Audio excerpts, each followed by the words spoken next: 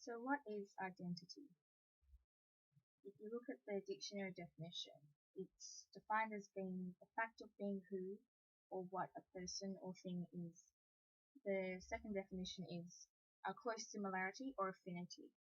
It's also synonymous with name, specification, identicalness, sameness, oneness, indistinguishable, congruent, compatible, harmonious, etc., etc. So I encourage all of you, whoever is listening, to take some time to reflect on what your identity is. So who are you? What makes you you? Like, are you a daughter, a mother, friend? Are you an encourager? There are so many options, so just reflect on that for a second. So once you reflect about identity, or who you are, I think you come to realize that your identity is constituted of multiple things. So it's not concrete, it's not fixed, it's not the same thing, it's always changing, it's always evolving.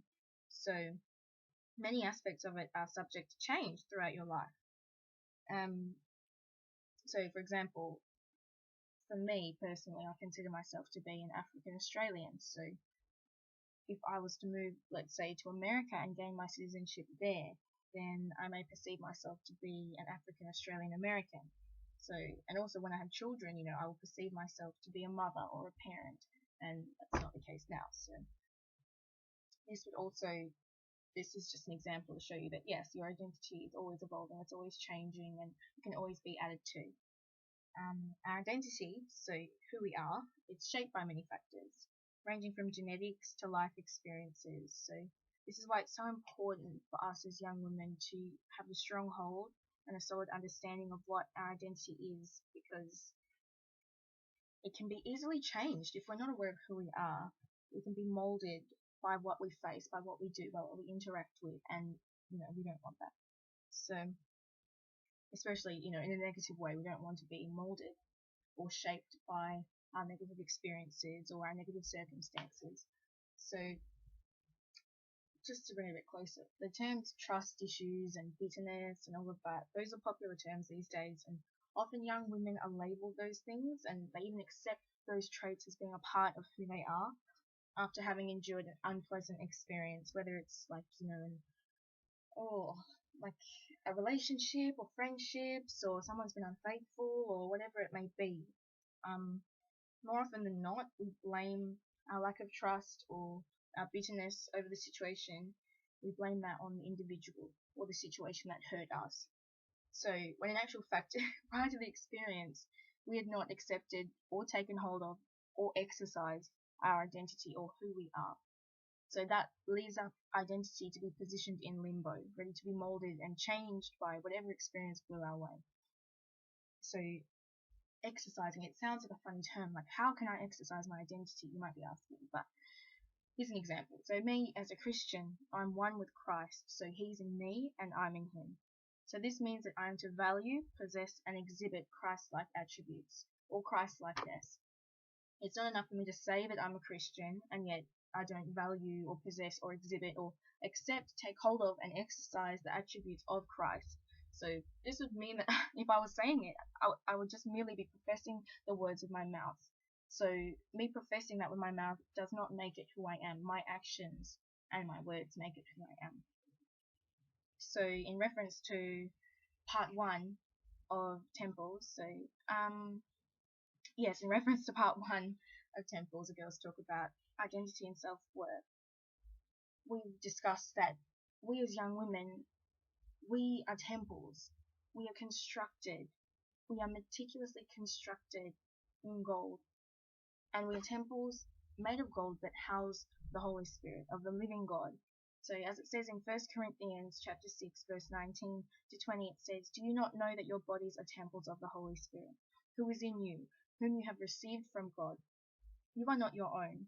You were bought at a price. Therefore honor God with your bodies." So it says it right there. When it mentions that we were bought at a price, it doesn't mean with money or through trading cows or whatever it is, It means the price that was paid for us was Christ's life. So as God, he couldn't die, therefore he became man in order to die in our place.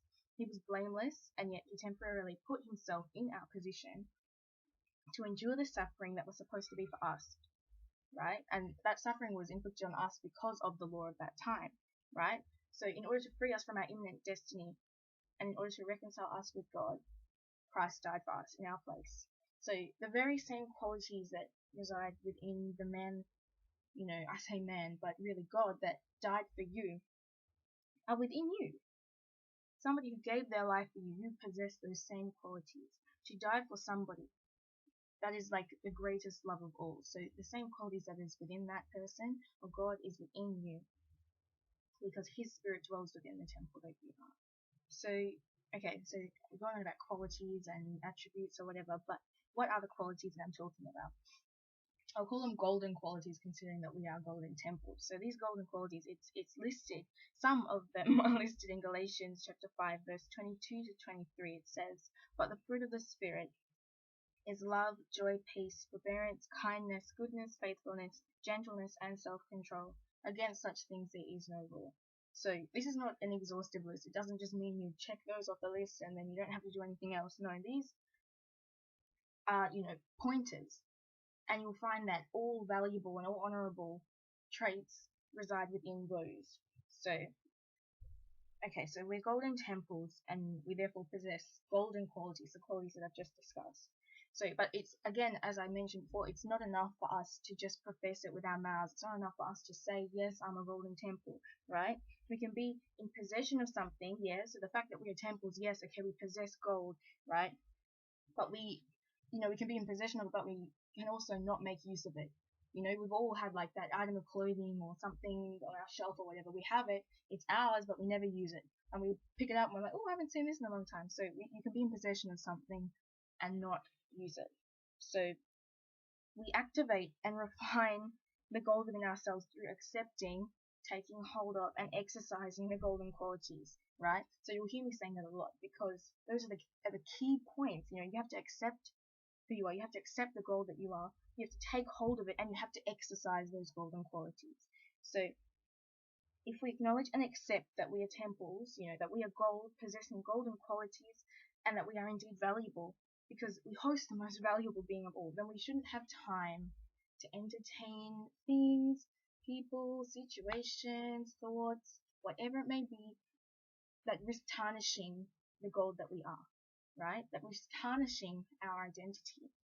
So, if we claim to be golden, if we identify as being gold, and that means that we have to endure the process that gold endures. You cannot say, yes, I'm this, and yet you have not experienced or have not been through the experience that the thing is. So, let's just bring it closer. So in John chapter 15, verse 20, 21, Christ warns us that as Christians, we're going to endure the same persecution that he faced, right? So it says, verse 20, it says, "Remember what I told you, a servant is not greater than his master. If they persecuted me, they will persecute you also."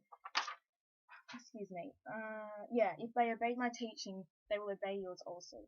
They will treat you this way because of my name, for they do not know the one who sent me. So, there we're pretty much warned. You can't claim to be a Christian and yet be like, oh no, but I don't want to go through the same thing that you went through, so I'm just, you know what I mean? You're a Christian, so Christ tells you you're going to go through the same things that he went through. So in the same way that we are golden temples, we have to endure the same process that gold goes through. So, I'm sorry if you thought being a golden temple was easy. I'm here to tell you it takes work, it takes faith, it takes trust, it takes perseverance, it takes discipline, self-control, humility, and obedience, right? It's no walk in the park, but it can be done. Alright, are you ready?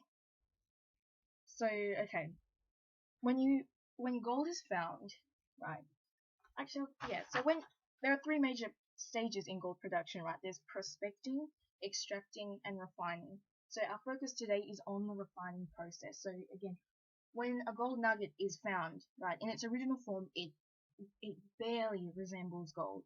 It looks almost like, like those sand rocks, like the ones that you can crumble in your hand. So it looks like just like a rock. It looks like your average rock. You might see a glimmer in it, but it doesn't resemble the gold that we all know. So then once you clean that gold nugget, that's when you see the gold. That's when you see the color of the gold. But it's not smooth. It's still lumpy. It still almost looks like chewing gum, but just like, when someone's chewed it up and stuck it under something. Yeah, it's disgusting. But yeah, it almost looks like it's been chewed up and it's golden chewing gum, right? But then when it has been refined, after that refining process where it's gone in the furnace, where they've done all what they need to do, they've separated the unhelpful elements, whatever they need to do, that's when you see the fine gold bars that you see. Like, I don't know if you ever watched those movies where they're trying to, I don't know, seal stuff in a safe or whatever, but those gold bars, like pure gold, like you see them glistening, right? So it takes time to get to that stage, right? So in going back to the refining process, what does refined mean? What does being refined mean? So refined, if you look at the definition, it comes up with so many things, and this is even in reference to the actual refining process of gold. So the first definition, it says to remove impurities or unwanted elements from a substance. The second definition says to make minor changes so as to improve or clarify. The third definition says to bring to a fine or a pure state, free from impurities. And the fourth one, the definition, it says to purify from what is coarse or vulgar, and to make elegant or cultured. So why is refining necessary? So refining, it brings forth quality and beauty. Now I want you to think about that for a second. I said brings forth quality and beauty, so that means that the quality and beauty is already within the object that is being refined. That lump of rock, the gold that looked like a lump of rock, the quality and beauty was already within that, right? You just couldn't see it from the exterior. So refining, it involves the liquefaction of the gold, right, in a furnace. So in order to separate the pure gold from its helpful elements and its unhelpful elements. So the helpful elements are often kept to the side for future use, but the unhelpful elements are disposed of because they devalue the gold. They weigh it down, right? So let's bring it closer. There are qualities, right? There are qualities. I'm telling you, I'm speaking to myself too. There are qualities that we have acquired that are helpful to our spirit and well-being, and there are qualities that we have acquired that are not helpful to our spirit and well-being. So whatever we saturate ourselves with or are saturated with will inevitably affect our spirit, our character, and our goal. Whether it's who we hang out with, what we watch, what we listen to, what we read, how we think, whatever it may be, whatever we are saturated in, that is what is going to affect our spirit, right? So, as 1 Corinthians, chapter 15, verse 33 says, do not be misled. Bad company corrupts good character. And Romans 12:2 says, do not conform to the pattern of this world, but be transformed by the renewing of your mind. Then you will be able to test and approve what God's will is, his good, pleasing, and perfect will. So it says, be transformed by the renewing of your mind. That is the refining process for us, continuously having our minds renewed by God. So the gold that we are made out of, right, it must endure the heat and discomfort experienced in a furnace in order for the good qualities to be separated from the unhelpful qualities that devalue our gold. The unhelpful qualities are then disposed of, whilst the good golden qualities are kept within us in the same way that it is with the gold. So oftentimes when we're going through tough or uncomfortable situations, we're quick to look for an exit. When you think that if the unpurified gold keeps jumping out of the furnace, it will remain unclean. It will stay the way that it was when you found it, right? If the clay keeps jumping out of the potter's hands, right, it will delay the potter's work and the job will remain unfinished. So if we keep jumping out of the furnace, God's work in us will remain unfinished. We will continue staying in the same location, continuing to be hurt by the same people or being affected by the same things. We're sitting with the same things that are tarnishing who we are, tarnishing our identity, tarnishing our gold, right? But if we just let him work within us, he can take that, he strips it away. And the stripping of those unhelpful elements does not come without a sting, right? So that's the furnace.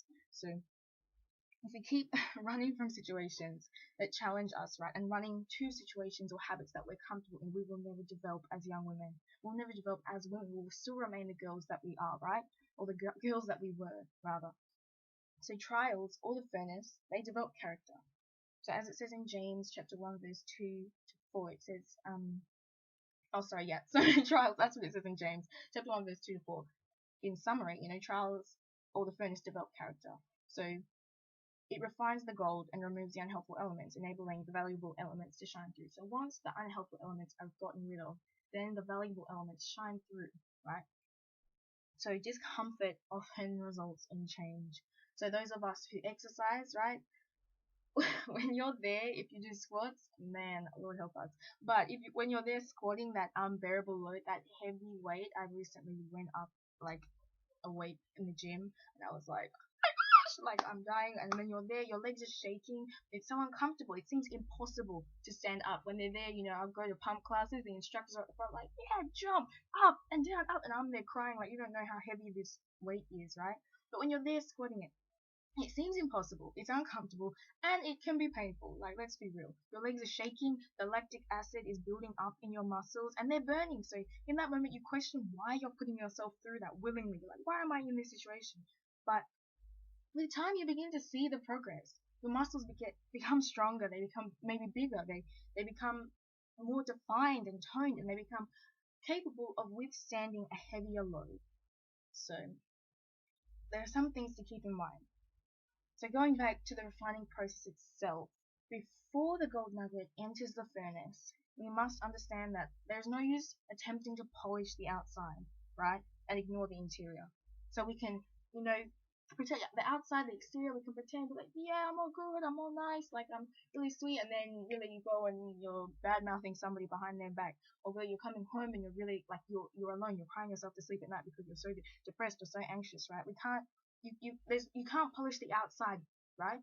Because eventually what's on the inside will eventually be exposed, will eventually be revealed, right? So it's not like you can just polish the outside and think, okay, that's fine. I've handled myself, my problems are solved, I'm fine. No, we need to deal with the interior. We need to deal with what's inside. The Lord examines our hearts and knows our true motives, right? So as it says in Proverbs 21 verse 2, it says, a person may think their ways are right, but the Lord weighs their heart.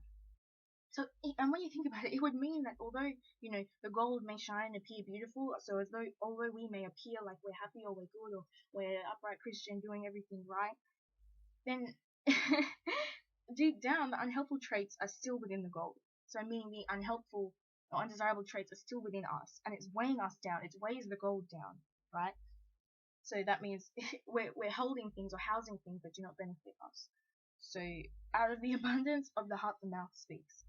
So what's inside will eventually be revealed to the outside, meaning that when testing times come, or the furnace, the innermost qualities of the unpurified gold will be exposed. So yes, we might be okay, we might be able to hold ourselves together once we polish the outside, but when a testing situation comes, all those unhelpful elements, all those unhelpful characteristics within us, they will be exposed, they will be revealed. Whether it's us losing our heads or snapping our neck at somebody else because they've done something for real, it will be exposed. It will be revealed. We can't hide it. It's like you can't hide it. Anyway, so another thing to keep in mind is often God has already told us what is tarnishing our gold. We all know it. If you don't know it now, you know. So often we're just too stubborn to realize or obey because our body's cravings become louder than God's voice. So we therefore become desensitized or deafened to what He's telling us to do. So we find ourselves from there, when you're desensitized or you downright refuse to listen to God, then that's when you find out yourselves or ourselves, right, lost and running around, going on the wrong path, getting hurt unnecessarily, and unknowingly tarnishing the gold that we possess along the way. So all of that can be avoided if we just listen and we just allow Him to walk with us through that furnace, right? And develop us as young women rather than running from it, rather than housing all those unhelpful things that are weighing us down and leading us to do things that aren't helpful or beneficial to ourselves, right? So just know, okay, because it sounds heavy, it sounds a bit scary. It's like, what? Like, why? I don't want to go in a furnace. Like, why would I put myself through a furnace when I can just go and do this and I can be comfortable in my bed with my ice cream? No, like, I'm here to encourage you, okay? We are created to withstand the refining process. So I've got a quote on my wall and it says, God will bring you through the fire, right? So God will, He's created us to withstand that refining process. It's important to understand that we don't go through the furnace alone, right? We don't go through trials alone. So for those of you that know the story, think of Shadrach, Meshach, and Abednego, right? For those of you that don't know the story, I can do a quick summary, right? So it's it's in Daniel chapter 3, verse 10 to 28. If you want to go and have a quick read. But pretty much the king of the time had ruled that everyone must bow down and worship a golden statue. When they heard the sounds of music, when they heard the sounds of a harp and blah blah blah, everyone's playing music, so everyone must bow down to the golden statue. So Shadrach, Meshach, and Abednego were followers of God, of the God Almighty. So they refused to worship it, right? Because they're like, no, we worship the living God. We're not going to bow down to some idols, right? So the king was mad, and then he threatened them, and he said, I'll throw you into a furnace, right? If you refuse. So, but they continued to refuse. So the king was still mad, but they insisted, and they said, King Nebuchadnezzar, we do not defend ourselves. We do not need to defend ourselves before you in this manner. Sorry, I'll read that again. So they said, King Nebuchadnezzar, we do not need to defend ourselves before you in this matter. If we are thrown into the blazing furnace, the God we serve is able to deliver us from it, and he will deliver us from your majesty's hand.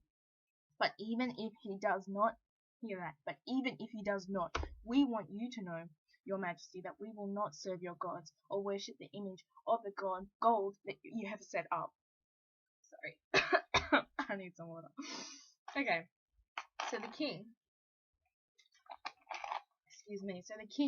upon hearing that, obviously he was furious. He was mad. He's like, how are they thinking that they're above me? They're going to defy me in front of all these people, thinking that they, whatever he was thinking. So he ordered his soldiers to heat up the furnace to be 7 times hotter than usual. I don't know about you, but when I picture a furnace, I picture it being hot. So times that by 7, right? And then he ordered his soldiers to throw the 3 men in, tie them up and throw them in. Not just throw them in, but tie them up and throw them in. So the king noticed when they were thrown in, and in the process of them being thrown in, even the soldiers just from there throwing them in, even them, they got scolded. So the king noticed when the men were in there that he could see not 3, but he saw 4 men walking around in the furnace, and there were only 3 thrown in there. So he said that the 4th man looked like a son of the gods. So the king then called them out of the fire, and the initial 3 came out untouched by the flames. And the king said, Praise be to the God of Shadrach, Meshach, and Abednego, who sent his angel and rescued his servants. They trusted in him and defied the king's command, and were willing to give up their lives rather than serve or worship any god except their own. So hear that, God was with them in the fire. It's not as though he said, okay, I'm going to throw you in there. And he heard them. He heard their faith. He heard how they were so confident in him. And he was like, bro, I'm going to be in the fire with you. I'm going to protect you. I'm going to be there. He didn't say, okay, I'm going to deliver you from it. I'm going to take you out and say, no, they're not going to be in the fire. He said, okay, you're going in the fire, but I'm going in there with you. So they came out unscathed. So whether you look at it figuratively or the truth that it is, the fact of the matter is they were placed in the furnace and they came out unharmed thanks to God who endured the furnace alongside them. So in conclusion, to wrap it all up, this has been going on for a long time. Thank you for listening. So in conclusion, we must access and utilize the golden qualities that we possess within ourselves, right? So we need to stop looking for things outside of ourselves. We need to stop looking for peace outside of ourselves. We need to stop looking for love outside of ourselves. We need to stop looking to others to get attention. We need to stop trying to compete with other people. We need to stop, looking outside, exterior. I need fleeky eyebrows. I need this. I need whatever. We need to stop looking to things on the outside, right? We need to stop looking for things out there and then instead utilize the golden qualities that we possess within ourselves, right? So when you have the Holy Spirit within you, when you have Christ, right, all the peace that you require is within him, and he is within you. So it's not as though you have to look to somebody else to find that peace. No, that peace it's inside you. It's just sometimes it's in amongst these all these heavy things that have tarnished the gold that are now hiding that peace underneath the whole pile. Think of your bed, right, when you chuck all your clothes on your bed. Your bed might be neatly made, right? But then because you've chucked all your clothes, all your dirty clothes on top of it, you've created a mountain. No one can see that your bed is clean. And it's under there. It's clean and it's nice and it's neatly made under there, but you can't see it. You can't see that the bed is made because all you see is your clothes. So in the same way, God needs to develop you and put you through the furnace, right? He needs to take you through the furnace. So as he takes you through the furnace, think of it like, okay, then as he's doing that, then all the anxiety, all the anger, all the rage is slowly being burnt off. So all the clothes on your bed, he's throwing them off so you can slowly see. You begin to see, hang on, this bed is clean. You know what I mean? So It's up to us to let him remove all that dirt and all those unhelpful elements, the shielding, those golden qualities from our sights. So we must stop resisting the furnace. When we resist the furnace, we still remain that lump of rock with so much potential and beauty within it. But because we fear being separated from our detrimental habits, we fear situations that challenge our thoughts and our actions, and because we're too comfortable where we are, we never develop into the refined gold that we're destined to be. So change, although it may not always feel good or make us happy, it's necessary. It is necessary. I've heard people say, we're called to be holy, we're not called to be happy. So whereas, our wants, we want this, and we're like, how come I can't have this? I've seen other people having it. It's like, no. Sometimes you want it, but you don't need that. Not everything that makes you happy is good for you. So let's talk about, think about this. Eating a tub of ice cream, right? It may make you happy. It may make you very happy. You might want to dance in your room. You could just be there, you make a Vine or something or a Snapchat story about you eating ice cream in your bed. So you'd be happy as Larry. But okay, take that ice cream. If you abuse it and start eating that ice cream for dinner every single day, then you're gonna you increase your risk of developing diabetes and tooth decay, among 100 million other health issues, right? So again, things that make you happy are not always good for you. Sounding like a parent. Anyway, so we must be selective in what and whom we allow into our temples. So yeah, reflect on that for a sec. We really need to be selective in what and whom we allow into our temples. So we must be aware of our thoughts, right? We must be aware of what they consist of. Are they constantly negative? Are they constantly comparative? Are they constantly, causing us to think that we are not good enough? Are they constantly causing us to compare ourselves to other people? Are they angry? Are they condescending? Are they spiteful? Are they, egotistical? Are they are they always making you appear think, oh yeah, I'm better than everybody else, I'm the greatest, can't nobody beat me, you know what I mean? We have to be aware of our thoughts. We have to monitor them. We have to monitor our behaviors and their outcomes. Are we constantly going towards the same people and, or friendships, and then constantly, if you're one of those people that says, I keep going and reaching out to people, I keep getting hurt. Okay, so who are you reaching out to? Perhaps it's just you keep reaching out to the same people, or perhaps there's something within yourself, you just need to assess that. You need to sit down and listen to God and be like, okay, what do I need to change? Is there something within me that I need to change, or is there something that I am doing, my behavior? Do I need to stop going and meeting these people? You know what I mean? So you have to be very purposeful. You have to be active, not passive. Don't just sit and let things just sit and manifest into your spirit. No, you have to be active. You have to think about, what am I allowing into myself? Am I allowing this into myself? When you watch a certain thing and then afterwards you find yourself feeling a certain way, you have to think, okay, is it that? Is it that? Do I need to cut that out? Do I need to stop listening to this? Do I need to stop going and doing this? We have to really be attentive to what we are allowing into our vessels, right? So we must be purposeful and focused in life. We must know our worth and we must exercise it. We must stop resisting the furnace, guys. We must stop fearing change, and we must accept and take hold of and exercise the golden qualities that reside within us. So that's it. I hope you are blessed. I hope you are encouraged. But yes, bless you. Love you all.